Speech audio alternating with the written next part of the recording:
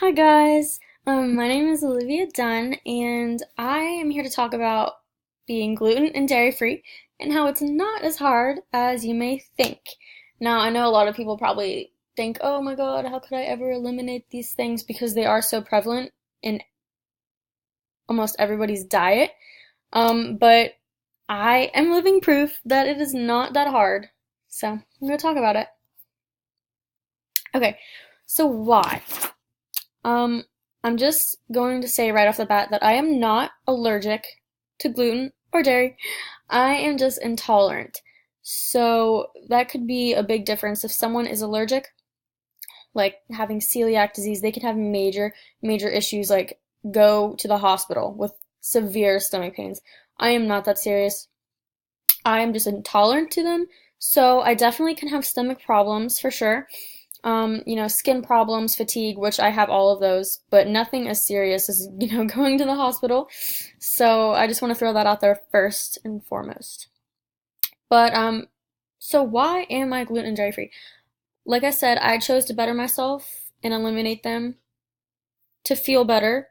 So I've been gluten and dairy free for at least 5 months now. I was on and off for a couple years, honestly, but it never was because I felt like I was intolerant to them. It was because I don't know. I just wanted to try it out because I heard about it, but I actually am intolerant to them because I've always had stomach problems, and I recently got tested, and turns out that that is indeed the case. Um, and it's really not that bad. I live in an apartment, and I am living life just fine eating gluten and dairy free things. Um, So yeah, if you are having these issues, it may be, worth your while to get tested because you never know, if you can be, gluten or dairy free, be intolerant to them or even allergic, God forbid. So obviously there are some challenges in being gluten and dairy free. So if you do not have access to buying your own food or ability to do so yourself, it may be a little bit hard to be gluten and dairy free. I currently, like I said, live in an apartment and I have a full kitchen, full fridge, cabinets, stove, microwave, everything. And it kind of gives me a lot of room to do what I want, bake what I want, buy my own food. So I usually keep it pretty simple though. I don't go crazy. Um, I can say though, peer pressure is a real struggle that I deal with. I have three roommates. None of them are gluten free or dairy free. They have ice cream, they make chicken nuggets, they make french fries, and I'm just kind of like, well, I can't have those things. Um, but it is something I feel very passionate about, so it is easier for me to stick to this diet, but I definitely can feel, the want to just pig out with them sometimes, you know what I mean? But, so if you're a little weak in that area, it may be a little bit hard. Um, yeah. So, health benefits. For me, from, being gluten and dairy free, I have a clearer mind 100% and definitely a happier stomach. So, like I said a while ago, I have had stomach problems my whole life. Pretty mild, but very consistent. So, though I'm not, crouching over with pain, it is very annoying. And I had them almost every single day. It made me, not want to do anything or, just lay down. And I was really sick of that. I wanted to get to the bottom of it. Yeah, now I hardly have those problems. I wake up and I feel good. I feel energized. And a lot of it is also eating better. So you can be gluten free and dairy free all you want, but if you're not eating the right foods, you're not going to reap all the benefits. So, like, it's definitely a good thing to stick to a clean diet while doing this as well. Eating cleaner foods like protein, fruits, vegetables, and of course, most of those, if not all of those, are naturally gluten free. You always have to check processing, they always add stuff, but naturally, those things are all gluten free, all dairy free. So if you're going to a good place, you should have no worries about that. It's just when the snacks come in that some people, trip up a little bit. Um, Yeah, so definitely I've seen a ton of benefits for me. I'm not crouching over with pain every single day in my stomach. I feel better. Now, the stomach aches I do have are very occasional, and that could just be some from anything really, but it's definitely gotten a lot better, and I can prove that it had to have been gluten and dairy because since eliminating those things, I feel great. So, this is about going to the grocery store, and it definitely can be overwhelming at first, especially if you do not know what to look for. So, prepping definitely helps, making a list, looking up ingredients, looking up foods that you can buy. I mean, there's a million websites, a million articles online. Just explore the web for a little bit. It has a ton of things, and you'd be surprised with all the things that you can't eat. It's really not a restricted diet if you think about it. I mean, you just gotta look. People will automatically think, oh my god, I can't eat anything. False. You just have to open your mind and look at it a little bit. So, obviously, like I said, meats, produce, vegetables, blah blah blah, fruits are all good.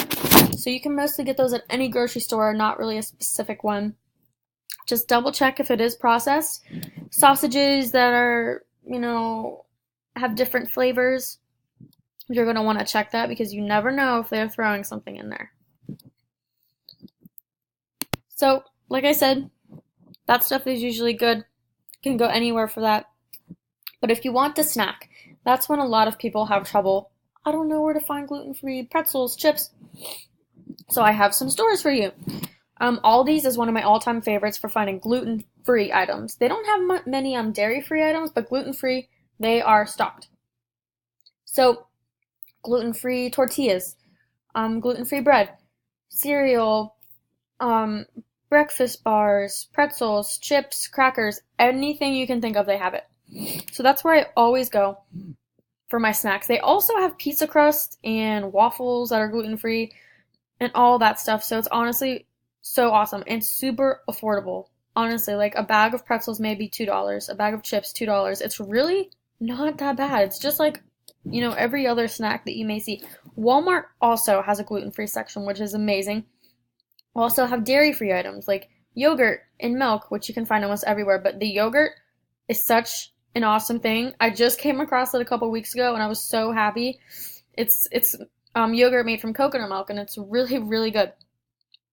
So some other stores are Whole Foods and Trader Joe's. Personally, love those stores. Whole Foods can be a little bit pricey, so you just have to watch what you're buying. But if you stick to the basics, if you just want a snack, or they have really good dairy-free alternatives. So cheese made of nuts. I know, right? Amazing. Pizza crust, yogurt, milk, coffee creamer, everything. It's so awesome. Same with Trader Joe's. There definitely are some affordable options, so it's not, you don't have to freak out. You just have to be wise with your money. You may see something and you may think, oh, it's so amazing, and it may be more expensive than something else that's the same thing. Just with every other thing that you see. Name brand chips, off brand chips. Taste the same, different brand. Same thing with gluten-free and dairy-free items as well. So, the danger. There are some things that you obviously have to avoid. This whole PowerPoint is about gluten and dairy. Obviously, those things: milk, cheese, cream, wheat, oats, oatmeal, pancake mix, all those things, flour, are going to have some form of wheat or milk. It's just different, names for it.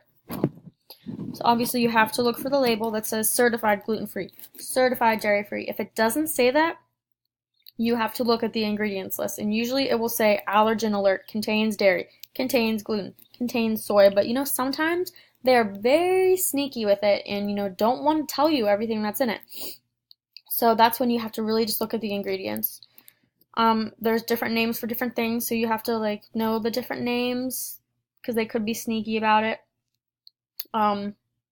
If you're allergic, you have to be extra careful. If it doesn't say it's gluten-free, and if it doesn't say it's in it, you may not want to get it, But if you're just intolerant and it doesn't say it has wheat in it, you are most likely good to go. But obviously, if you feel any symptoms, you might not have to eat it again if you choose to do so. But you just have to look at those labels and really look at them. Usually, um, it'll be pretty obvious. Like 9 times out of 10, it will say it contains this. It doesn't contain this. It's just there's a couple things that you gotta be a little cautious about. Most likely soups. I have problem with soups too because it doesn't say it contains this, but it usually does.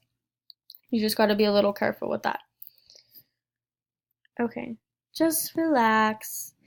Like I said, it is not as hard as you may think. I hope that this PowerPoint kind of explained that. That was my goal. So I really hope I did it justice. Um, if you really want to, if you're having these symptoms and you don't know what it is, try eliminating one thing. Obviously, I do both. Not everybody does both. You could easily have a dairy problem and not a gluten problem. Me, I'm intolerant to both, but there's a lot of people who just have problems with one, so that may seem a little bit easier. And like I said, it's not a restrictive diet if you open your mind. You know, closed-minded people, they may say, "Oh, it's so restrictive. I can't eat pizza. I can't eat this. I can't eat that." That's not true. You have to eat cleaner, yes, but it may be harder to do it going out to eat, but if you're able to make your own food, it is not that hard. You just have to it just has to be something that you either need to do, which is not a choice, sadly, or you really, really feel strongly that you want to do it. Yeah, so thank you guys for listening.